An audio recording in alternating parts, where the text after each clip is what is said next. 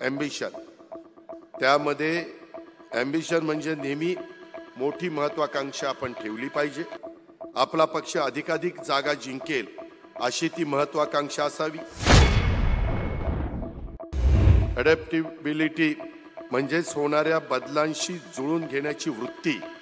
परवाच एक कार्यकर्ता मला भेटला आणि म्हणाला, दादा तुम्हाला भेटीसाठी चिठ्ठी आत पाठवताना फक्त नाव लिहावं लागतं, खाली काही पद लिहिता येत नाही. मी त्यांना म्हटलं सर्वांना पद देता येणं शक्य नाही, कारण हे 3 पक्षाचं सरकार आहे.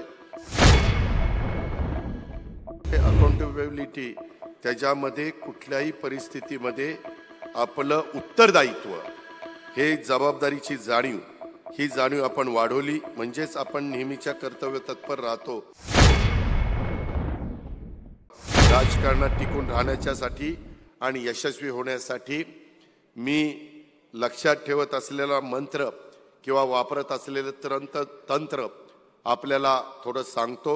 राजकारणात नेहमीच मी स्वतः 3 गोष्टी स्वतः जवळ ठेवत आलोय. आता मी माझा स्वभाव तुम्हालाही माहिती आहे की पूर्वी कसा होता आणि आता कसा बदलत चाललेला आहे. तो अजून चांगला बदलण्याचा प्रयत्न करतो, काळजी करू नका. फक्त तुम्ही माझा साथ द्या, माझ्या बरोबर राहा. त्याच्यामध्ये 3 गोष्टी वाढवण्याचा नेहमी प्रयत्न करत आलेलो आहे.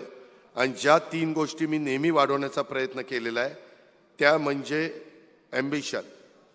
त्यामध्ये ॲम्बिशन म्हणजे नेहमी मोठी महत्वाकांक्षा आपण ठेवली पाहिजे. आपला पक्ष अधिकाधिक जागा जिंकेल अशी ती महत्वाकांक्षा असावी. त्या दृष्टीनं प्रयत्न देखील असावेत. नुसती महत्वाकांक्षा ठेवून चालणार नाही. दुसरी त्याच्यामध्ये अडॅप्टिबिलिटी म्हणजेच होणाऱ्या बदलांशी जुळून घेण्याची वृत्ती. परवाच एक कार्यकर्ता मला भेटला आणि म्हणाला, दादा तुम्हाला भेटीसाठी चिठ्ठी आत पाठवताना फक्त नाव लिहावं लागतं, खाली काही पद लिहिता येत नाही. मी त्यांना म्हटलं सर्वांना पद देता येणं शक्य नाही, कारण हे 3 पक्षाचं सरकार आहे. त्याच्यामध्ये आपल्याला जुळून घ्यावं लागतं. महामंडळं पदही विभागली जातात.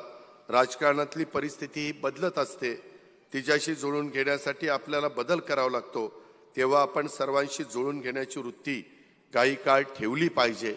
आणि त्याच्यामुळं पद असो पद नसो आपण सतत काम करत राहिलं आणि काम आपलं उजवं दिसलं तर पद आपोआप चालत येतं. ही गोष्ट कृपा करून आपण सगळ्यांनी लक्षात घ्या. आणि तिसरं म्हणजे अकाउंटेबिलिटी. त्याच्यामध्ये कुठल्याही परिस्थितीमध्ये आपलं उत्तरदायित्व, हे जबाबदारीची जाणीव, ही जाणीव आपण वाढवली म्हणजेच आपण नेहमीच्या कर्तव्य तत्पर राहतो आणि जबाबदारी यशस्वीपूर्णपणे करतो. अशा पद्धतीनं ह्या 3 बाबी आहे. परंतु ह्या 3 बाबी बरोबरच 3 गोष्टी मी स्वतः जवळ ठेवतो. त्या म्हणजे पेशन्स, त्याच्यामध्ये पंक्च्युअलिटी आणि पॉझिटिव्हिटी. ह्या 3 गोष्टी अतिशय महत्त्वाच्या आहेत. त्याचा उल्लेख माझ्या माहितीप्रमाणे तटकरे साहेबांनी पण केला. आपण नेहमी पॉझिटिव्ह असलं पाहिजे. ती पॉझिटिव्हिटी मी दाखवली पाहिजे. पेशन्स म्हणजे धीर आपण ठेवला पाहिजे. वेळेच्या बाबतीत कार्यतत्पर राहा. मी मगाशीच बोलत असताना हिरामण खोसकरला म्हणलं, का रे बाबा जरा उशीर झाला यायला. मग तो हळूच नरहरी झिरवाळींच्याकडे बघत होता. पण म्हणलं राधा रात्री 1 वाजता आला. अरे म्हणलं तुम्हाला 15-20 दिवस सांगितलेलं होतं की आजचा दिवस आपला महत्त्वाचा आहे. तसं आता इथून पुढं होऊन देऊ नका. मी खरंच पुढच्या वेळेस दारच बंद करणार आहे. जर 9:30चं टायमिंग असेल ना, 9:30 वाजल्यावर दार बंद. जे बाहेर असतील त्यांना पक्षाबद्दल किती आस्था आहे, प्रेम आहे, हे त्या ठिकाणी लक्षात येईल. त्याच्यामुळं तसं आता करू नका. इतकं टोकाचं पाऊल कृपा करून उचलायला लावू नका, अशी माझी आपल्याला विनंती आहे. आणि या आपण नेहमी त्याच्यामध्ये पेशन्स ठेवला पाहिजे, कार्यतत्पर राहिलं पाहिजे. पॉझिटिव्हिटी ही सकारात्मक आपण त्याचा ठेवा आहे. ह्या 3ही गोष्टी आपण त्यामध्ये दाखवल्या पाहिजेत. आणि तशा पद्धतीनं काम करत जीवनात कधी पण नाराजी येणार नाही. भविष्यात राजकीय आलेख उंचावत जातो, एवढंच आपण त्या ठिकाणी लक्षात ठेवलं पाहिजे, अशी माझी आपल्याला सगळ्यांना आग्रहाची, नम्रतेची, कळकळीची विनंती आहे. खरं तर प्रफुल्लभाईंनी त्याचं उदाहरण दिलं.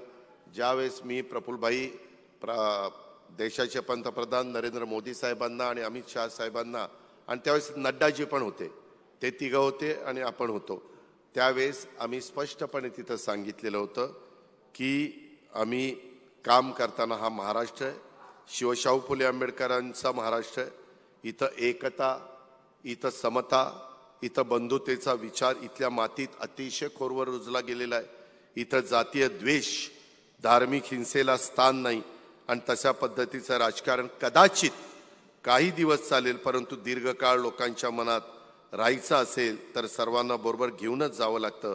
तेव्हा आपण आणि आपला राष्ट्रवादी काँग्रेस पक्ष हा सर्वांना सोबत घेऊन या पुढं जात राहील.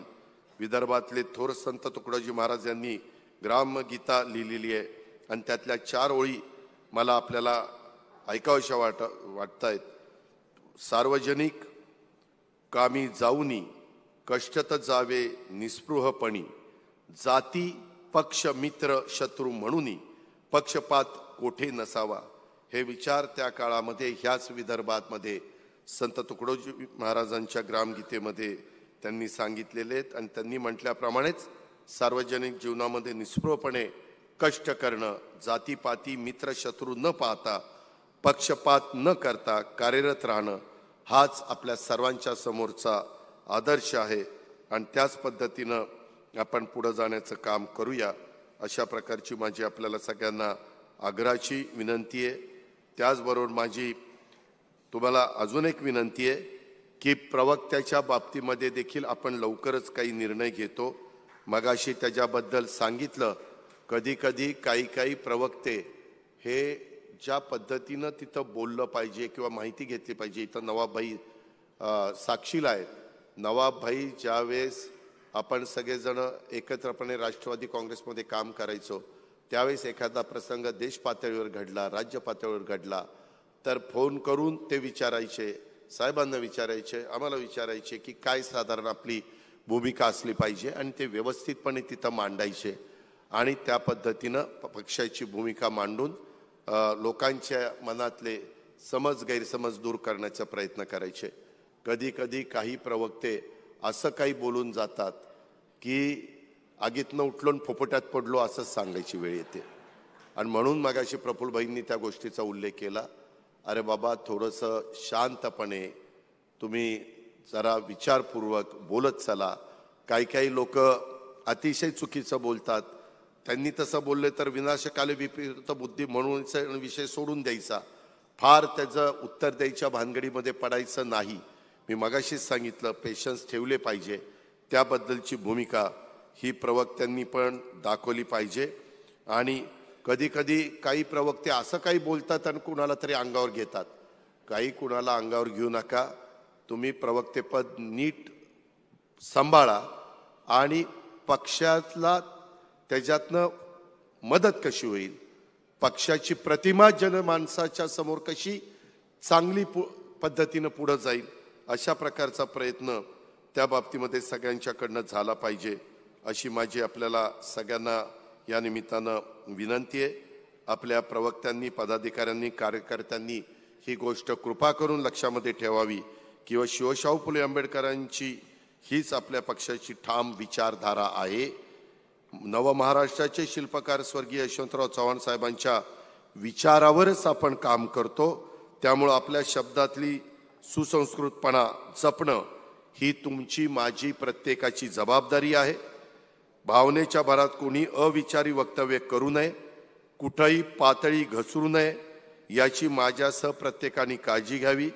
आपल्या नेत्यांवर असंसदीय भाषेत हल्ला झाल्यावर तुम्हाला दुःख होणं स्वाभाविक आहे, तरी देखील परंतु त्याला उत्तर देताना आपण योग्य शब्दामध्ये, ठाम विचारांनी आणि मर्यादित राहून प्रत्युत्तर दिलं पाहिजे.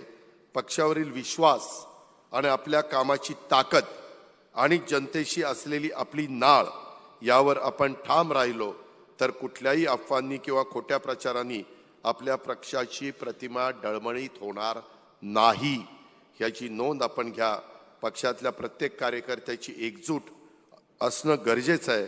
आपण आपल्या भावनेवर नियंत्रण ठेवून शब्दांची योग्य पातळी राखत सत्य आणि तथ्ये लोकांच्यापर्यंत पोहोचवली पाहिजेत. भडक, उग्र आणि समाजामध्ये तेढ निर्माण करणारी वक्तव्य आपल्या पक्षाच्या सोबतच महाराष्ट्राच्या ऐक्याला बाधा पोचू शकतात.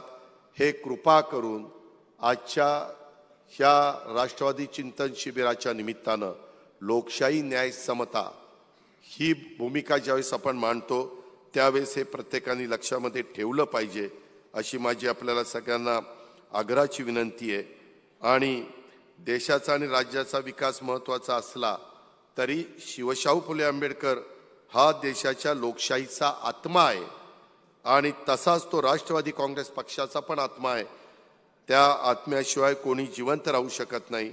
शिवशाहू फुले आंबेडकर ही आपल्या राष्ट्रवादी काँग्रेस पक्षाची विचारधारा होती, आहे आणि यापुढे देखील राहील. यात कोणी शंका घेण्याचं कारण नाही. राष्ट्रवादी काँग्रेस पक्ष देशाच्या आणि राज्याच्या विकासाचा विचार करूनच NDA मध्ये सामील झालेला आहे. कधी कधी एखादी व्यक्ती एखादं स्टेटमेंट करते, ते स्टेटमेंट केल्यानंतर काही समाजातली लोक ती राष्ट्रवादी काँग्रेस पक्षाची भूमिका आहे असं समजतात. माझी त्यांना हात जोडून विनंती आहे, एवढ्या मोठ्या पक्षामध्ये एवढं सांगून एखाद्यानी असं काही पक्षाला बाधा आणणारं स्टेटमेंट केलं तर त्या स्टेटमेंटची पक्ष अजिबात त्या ठिकाणी सहमत नाही. ही गोष्ट देखील आपण लक्षामध्ये ठेवली पाहिजे अशी माझी विनंती आहे. कधी कधी काही वेळेस वेगवेगळे मोर्चे दिसतात, वेगवेगळे आंदोलन होतात. लोकशाहीमध्ये संविधानाने प्रत्येकाला अधिकार दिलेला आंदोलन करायचा, मोर्चे काढण्याचा, परंतु त्याच्यातून असं काहीतरी कुणीतरी त्याच्यामध्ये सामील झालं की दुसऱ्या भागातले लोक म्हणतात, अहो तुमचे तर कार्यकर्ते त्याच्यामध्ये होते, तुमचे नेते होते, मग तुमचं ह्याच्याबद्दल काय मत आहे? मी आपल्याला स्पष्ट सांगतो की आज ह्या शिबिराच्या निमित्तानं, राष्ट्रवादी चिंतन शिबिराच्या निमित्तानं आम्ही सगळ्यांनीच एवढ्या स्पष्टपणे ह्या भूमिका मांडल्या. त्याच्यामुळं यदाकदाचित ह्या भूमिकेला बगल देणारी गोष्ट एखादी घडत असेल तर सरळ तुम्ही सांगा की त्या दिवशी दिवसभर आम्ही बसलो होतो सकाळी 9 ते 6:30 पर्यंत आणि त्यामध्ये ही आमच्या राष्ट्रवादीची भूमिका आहे, ही आमच्या राष्ट्रवादीची विचारधारा आहे. त्याच्यामुळे एखादी कुणी वेगळं मत व्यक्त केलं तर त्या मताशी राष्ट्रवादी काँग्रेस पक्ष अजिबात सहमत नाही असं तुम्ही स्पष्टपणे सांगायला मागं पुढं बघू नका. पक्षाच्या स्थापनेपासून राज्याच्या खेड्यापाड्यातले, देशातल्या, जगाच्या कानाकोपऱ्यातले कार्यकर्ते हे आपल्या विचाराशी जोडले गेलेले आहेत. या सर्वांनी राष्ट्रवादी काँग्रेस पक्ष हा वाढवण्याच्या करता 10 जून 1999 पासून आजपर्यंत वेगवेगळ्या टप्प्यात वेगवेगळ्या मान्यवरांनी काम करत आलेले आहेत. त्याच्यामध्ये राष्ट्रवादीचे विचार समाजामध्ये पोहोचवण्यापर्यंत, शेवटच्या माणसापर्यंत नेण्यापर्यंत जे योगदान दिलंय त्या सर्वांचं मी मनापासून अभिनंदन करतो.